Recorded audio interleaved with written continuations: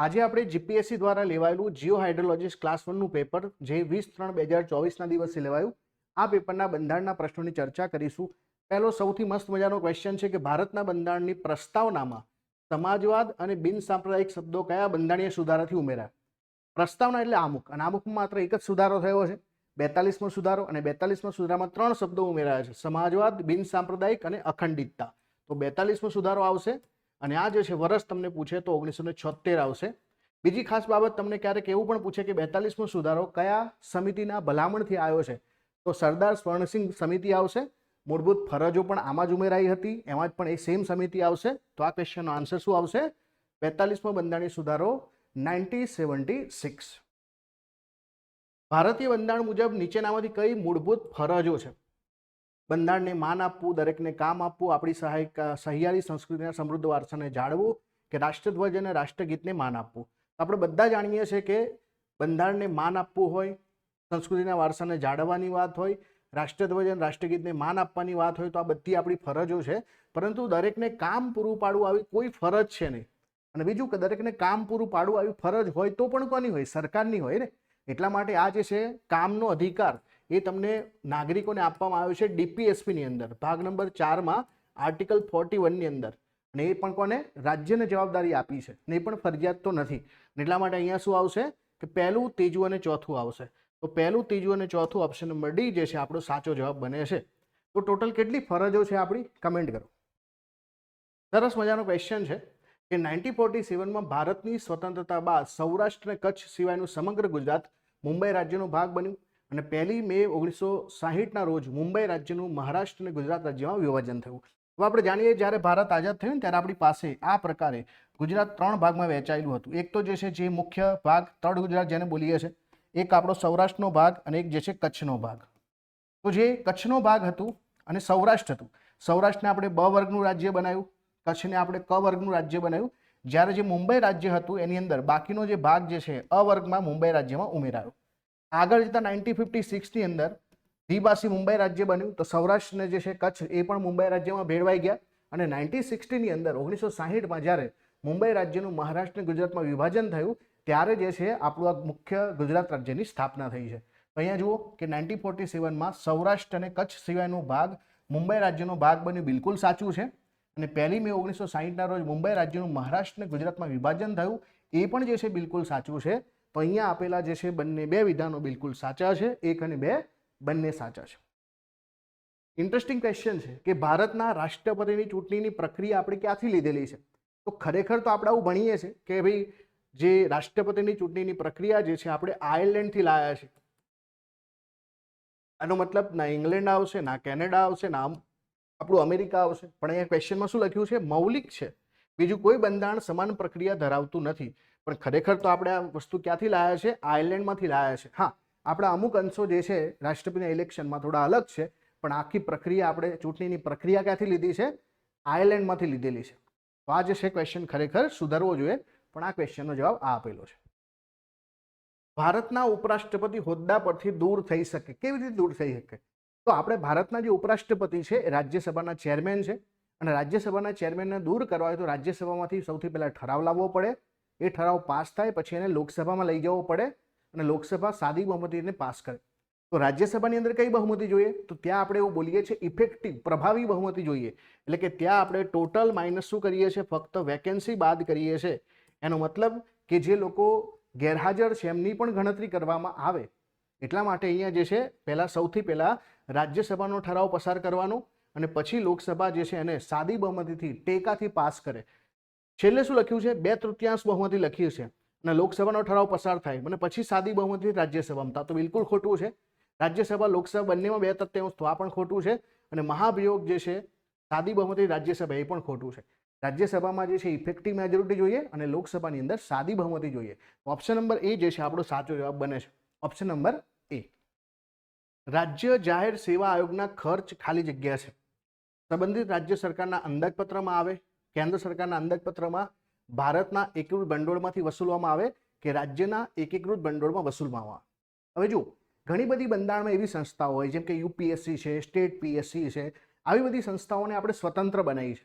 એટલા માટે આમની જે છે આપણે બજેટની અંદર ગ્રાન્ટ તરીકે નથી મૂકતા, એને આપણે શું કરીએ છીએ, જે કોન્સન્ટ્રેટ ફંડ છે એના ઉપર ઉધારીએ છીએ, ચાર્જ ઓન કરીએ છીએ. એટલા માટે આ અંદાજપત્ર તો અહીંયા ખોટું જ આવશે. હવે જુઓ, યુપીએસસી હોય તો એના ખર્ચા જે છે કેન્દ્ર સરકારના જે છે, એટલે કે આપણા જે છે કેન્દ્ર સરકારના જે એકત્રિત ભંડોળ છે એમાં ઉધારવામાં આવે. પણ જ્યારે રાજ્યની વાત કરીએ, એટલે કે જેમ કે આપણું આ જીપીએસસી છે, તો આ જે છે ગુજરાત પબ્લિક જાહેર સેવા આયોગ છે, તો આજે ગુજરાત જાહેર સેવા આયોગ છે એના ખર્ચા ગુજરાત રાજ્યના એકત્રિત ભંડોળમાં જે છે ઉધારવામાં આવે. તો રાજ્યના એકત્રિત ભંડોળમાં જે છે વસૂલવામાં આવે છે, ચાર્જ ઓન કરવામાં આવે છે, બિલકુલ સાચું છે. અને જ્યારે પણ કોઈ એકાઉન્ટ ચાર્જ ઓન હોય એનો મતલબ શું, તો જ્યારે પણ એમાં તમે વિધાનસભામાંથી પાસ કરો, સંસદમાંથી પાસ કરો છો, તો ત્યારે ફક્ત ને ફક્ત એના ઉપર શું થાય ભાઈ, ચર્ચા થઈ શકે, વોટિંગ થઈ શકે નહીં. એટલા માટે એને નોન વોટેડ એકાઉન્ટ કહેવામાં આવે. શું કહેવામાં આવે? Non voted account. ભારતના બંધારણના કયા અનુચ્છેદમાં લોકસભામાં એંગ્લો ઇન્ડિયન સમુદાયના 2 સભ્યોના નામાંકન માટેની જોગવાઈ છે? હવે તમે બધા જાણો છો કે થોડા સમય પહેલા આપણે એક સુધારો કરીને એંગ્લો ઇન્ડિયન માટેની જોગવાઈઓ નાબૂદ કરી છે. એ છતાં ક્વેશ્ચન પૂછાયો છે, તો જોગવાઈ જે છે કયા આર્ટિકલમાં છે? તો ભાગ નંબર 16 ની અંદર આપણે special provision to certain classes કર્યું છે, અને આમાં જે છે આપણે વિવિધ જોગવાઈઓ કરી છે. જેમ કે આર્ટિકલ 330 થી લઈને 342 સુધી જોગવાઈઓ છે. 330માં SC ST માટે લોકસભામાં, એંગ્લો ઇન્ડિયન માટે લોકસભામાં 31માં, 32માં વિધાનસભામાં SC ST માટે, અને 33માં જે છે એંગ્લો ઇન્ડિયન માટે જે છે વિધાનસભામાં અનામતની જોગવાઈ છે. 334માં આપણે નક્કી કર્યું છે કે આ જોગવાઈઓ અમુક વર્ષો સુધી લાગુ રહેશે. શરૂઆતમાં બંધારણના લાગુ થયાના 10 વર્ષ સુધી હતી, પછી આપણે સુધારા કરતા 2030 સુધી કરી દીધું છે. 35માં જે છે SC ST ની નોકરીઓમાં અનામતની વાત છે. 36ની અંદર જે છે ચોક્કસ સેવાઓમાં એંગ્લો ઇન્ડિયનના જે છે સમુદાયની વાત છે. 37માં એમના શૈક્ષણિક જોગવાઈઓની વાત છે. 38A અને 38B ની જો વાત કરીએ તો national commission four SC ST OBC ની વાત છે. 39 ની અંદર કેન્દ્ર સરકાર અમુક બાબતોમાં જે છે સ્પેશિયલ ડાયરેક્શન આપી શકે એના માટેની જોગવાઈ છે. 340માં આપણે પછાત વર્ગોની તપાસ માટે કમિશન બનાવી શકે એની જોગવાઈ છે. 41, 42 અને 42A માં અનુસૂચિત જાતિ, જનજાતિ અને પછાત વર્ગની યાદીઓ આપેલી છે. હવે આના પરથી તમે કહી શકો કે અનુચ્છેદ જે છે 331માં લોકસભામાં એંગ્લો ઇન્ડિયન સમુદાયના 2 સભ્યોની નિમણૂક જે છે રાષ્ટ્રપતિ કરે, અને એવી રીતે તમને પૂછે રાજ્યની વિધાનસભામાં રાજ્યપાલ જે છે 1 સભ્યની નિમણૂક કરી શકે 333 પ્રમાણે. પણ આ બધી જોગવાઈઓ 2019 સુધી જ લાગુ હતી, કેમ કે આપણે જે 334નો જે હેતુ હતો એ 10 વર્ષ માટે જ હતો.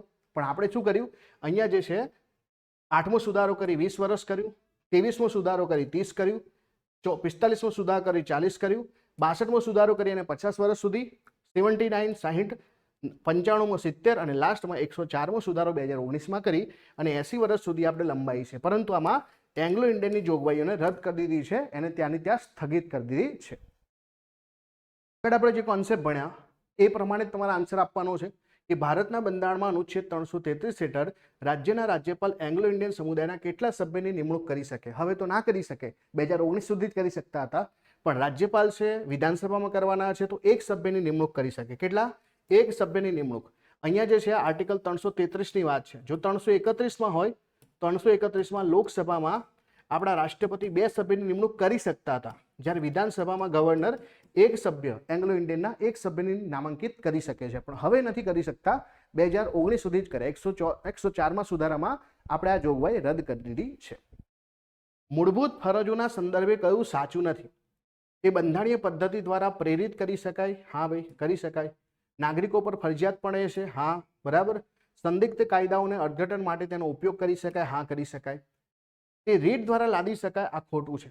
રીટ શેમાં આવે? મૂળભૂત જે છે અધિકારોમાં આવે, અને જ્યારે અધિકારો હોય તો એને તમે લાગુ કરાવી શકો છો. બીજી વાત કરીએ તો આપણા જે ફંડામેન્ટલ રાઇટ જે છે ને એ ન્યાયી પ્રકૃતિના છે, જસ્ટિકેબલ છે, જ્યારે આ ફંડામેન્ટલ ડ્યુટી જે છે એ નોન જસ્ટિકેબલ છે. તો ઘણી વખતે આ ફરજિયાત છે ને, બરાબર, એ પણ જે છે આપણે ડાયરેક્ટલી ના કહી શકીએ, પણ શું થાય છે કે અમુક ફરજો આપણે એવી મૂકી દીધી છે કે જે ભલે મૂળભૂત ફરજો આપણા માટે ફરજિયાત નથી, પણ અમુક કાયદા એવા છે કે જેના કારણે એ બધી ફરજો આપણા ઉપર જે છે એન્ફોર્સેબલ છે, અને એટલા માટે એ ફરજિયાત છે એવું કહી શકાય. બીજી ખાસ બાબત તમને ક્યારેક પૂછે, મૂળભૂત ફરજો કોના માટે? તો ફક્ત ને ફક્ત નાગરિકો માટે આવે, જ્યારે અધિકારો જે છે નાગરિકો અને વિદેશીઓ બંનેને લાગુ પડે છે. તો આ ખાસ બાબત ધ્યાન રાખજો. સરસ ક્વેશ્ચન છે કે પંચાયત અને નગરપાલિકાઓ મહિલાઓ માટે ત્રીજા ભાગની બેઠકો અનામતનો કયો બંધારણીય સુધારો રજૂ કરવામાં આવ્યો? તો જો સૌથી અગત્યનો કોન્સેપ્ટ છે, ઇવન જીપીએસસી કેવી ગડબડ કરે જુઓ તમે. આપણે બધા જાણીએ છીએ કે પંચાયત નગરપાલિકામાં મહિલાઓ માટે જે છે ત્રીજા ભાગની બેઠકો અનામત જે છે, જે આપણે જ્યારથી જે છે પંચાયતનો લાગુ કરી છે તો 73મો અને 74મો સુધારો આવશે. 73મો અને 74મો સુધારો જે છે 1993 આવશે. તો આનો જવાબ જે છે 73મો 74મો સુધારો આવવો જોઈએ. જીપીએસસી પોતે એવું કહે છે 128મો સુધારો. કેવી રીતે? 128મો જે સુધારા બિલ લાયા છો તમે, બરાબર, જે સુધારા બિલ એ તો આગામી સમયમાં મહિલાઓ માટે જે લોકસભાની અંદર વિધાનસભાની અંદર અનામતની વાત કરે છે એ તો કોના માટે છે? આ વુમન રિઝર્વેશન બિલ જે છે જેને આપણે 128 એમેન્ડમેન્ટ બિલ કહીએ છીએ એ તો લોકસભાની અંદર વિધાનસભાની અંદર મહિલાઓને અનામતની વાત કરે છે. અહીંયા તો પંચાયત નગરપાલિકામાં પૂછ્યું છે જે ઓલરેડી લાગુ છે તો જવાબ આપણો શું આવશે? ઓપ્શન નંબર એ આવશે. હજુ સુધાર્યો નથી જીપીએસસી. જીપીએસસી નો ફેવરિટ ક્વેશ્ચન છે મિલકતનો અધિકાર. તો બંધારણ મુજબ મિલકતનો અધિકાર એ કેવો અધિકાર છે? તો જો જ્યારે બંધારણ બન્યું ને ત્યારે મિલકતનો અધિકાર આપણો ફંડામેન્ટલ રાઇટ હતો. આર્ટિકલ 31 અંતર્ગત આપણને મળેલો મૂળભૂત અધિકાર હતો. મૂળભૂત અધિકાર હોય એટલે ભાગ નંબર 3માં હોય.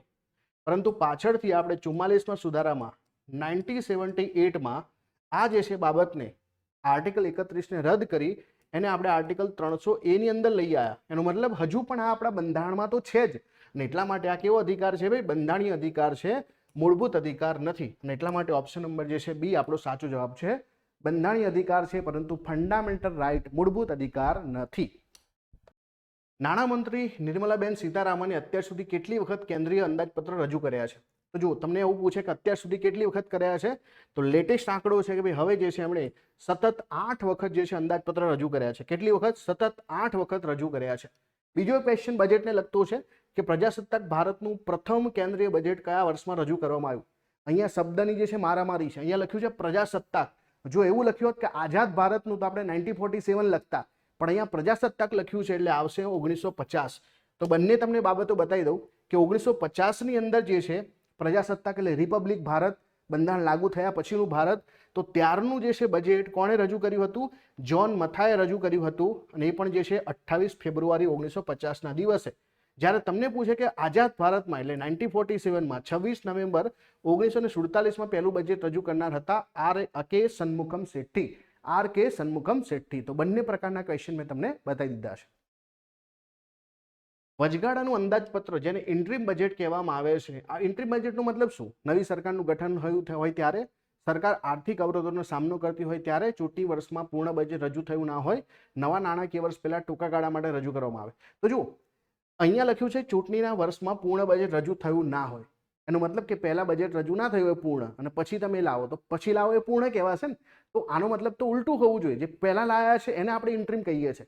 એનો મતલબ છે કે નાણાકીય વર્ષ પહેલા ટૂંકા ગાળા માટે જે છે રજૂ કરવામાં આવે આને આપણે કહીએ છીએ વચગાળાનું બજેટ, જેને કહીએ છીએ આપણે ઇન્ટ્રીમ બજેટ. બીજો ક્વેશ્ચન છે કે ભારતના પૂર્ણ સમયના પ્રથમ મહિલા નાણામંત્રી ઓળખાવો. તમને પૂછે પહેલા નાણામંત્રી તો બધાને ખબર છે ઇન્દિરા ગાંધી આવે, પણ પૂર્ણકાલીન પૂછ્યા છે પૂર્ણ સમયના કે જેમણે ફક્ત હે ને જે નાણામંત્રીનો હોદ્દો સંભાળ્યો હોય તે છે નિર્મલા સીતારામન. તો આન્સર શું આવશે આપણો? નિર્મલાબેન સીતારામન જે છે આપણો આન્સર આવશે. બંધારણીય સુધારા અને સુધારા અધિનિયમ બેમાં બહુ ફરક છે. અહીંયા તમને પૂછ્યું છે કે સંસદમાં કયું બંધારણીય સુધારા બિલ દાખલ કરીને ગુડ્સ અને સર્વિસ ટેક્સ અમલમાં આવ્યો? તો આપણે જો તમને બંધારણીય સુધારો પૂછે, તમે બધા જાણો છો કે 101મો સુધારો આવે, પણ તમને અહીંયા સુધારો નથી પૂછ્યો, તમને અહીંયા બિલ પૂછ્યું છે. તો બિલ જે છે કયું આવશે?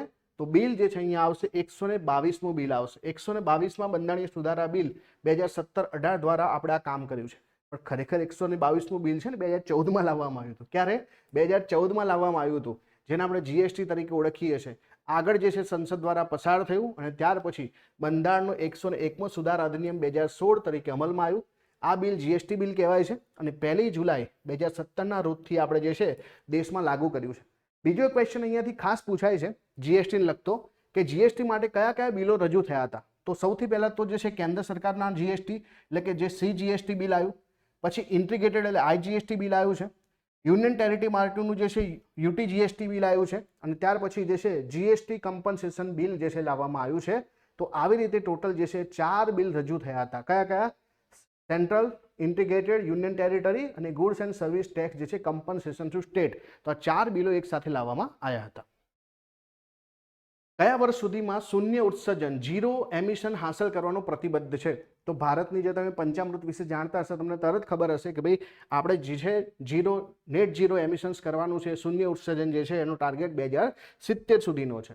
બીજો ક્વેશ્ચન આના પરથી જ છે કે ભાઈ COP26 ગ્લાસ્કો ખાતે ભારતે કયા વર્ષ સુધીમાં તેના ઉર્જા વપરાશને 50% સુધી કાર્બન રહિત એટલે કે ડીકાર્બનાઇઝ કરવાની જાહેરાત કરી છે? તો આપણે પંચામૃતમાં જે છે 5 ટાર્ગેટમાં એક 2070નો ટાર્ગેટ છે, બાકીના 4 ટાર્ગેટ 2030ના છે, અને એટલા માટે આનો ટાર્ગેટ આપણો 2030નો છે. તો પંચામૃતમાં આપણે 5 ટાર્ગેટ રાખ્યા છે કે પહેલા તો 2030 સુધીમાં 500 ગીગાવોટ જે છે બિન અશ્મિભૂત ઉર્જા આપણે પેદા કરવી, પછી 2030 સુધીમાં આપણી 50% ઉર્જા જરૂરિયાત જે છે આ નવીનીકરણીય ઉર્જામાંથી પ્રાપ્ત કરવી, બીજું કે કાર્બનનો જે ઉત્સર્જનમાં 1 અબજ ટનનો ઘટાડો કરવો, અને 2030 સુધીના અર્થતંત્રમાં કાર્બનની જે તીવ્રતા એમાં 45%નો ઘટાડો કરવો 2005ના સ્તરથી, અને છેલ્લું આપણે નેટ ઝીરો એમિશન જે છે 2070નો ટાર્ગેટ છે. આ ખાસ પંચામૃત તમારે યાદ રાખવાનું છે, ગ્લાસ્કો ખાતે આ યાદ રાખવાનું છે. ત્રીજો ક્વેશ્ચન આના પરથી જ છે કે ભારતની પંચામૃત પ્રતિજ્ઞા કોના સાથે સંબંધિત છે? તો આપણી પંચામૃત કોના સાથે સંબંધિત છે? તો એ જે છે આપણી કોના સાથે? આબોહવા પરિવર્તન સામેની લડાઈના ભાગરૂપે છે. કોની સામે? આબોહવા પરિવર્તનની લડાઈ સામે. તો 3 ક્વેશ્ચન જે છે એક સાથે કરી શકાય.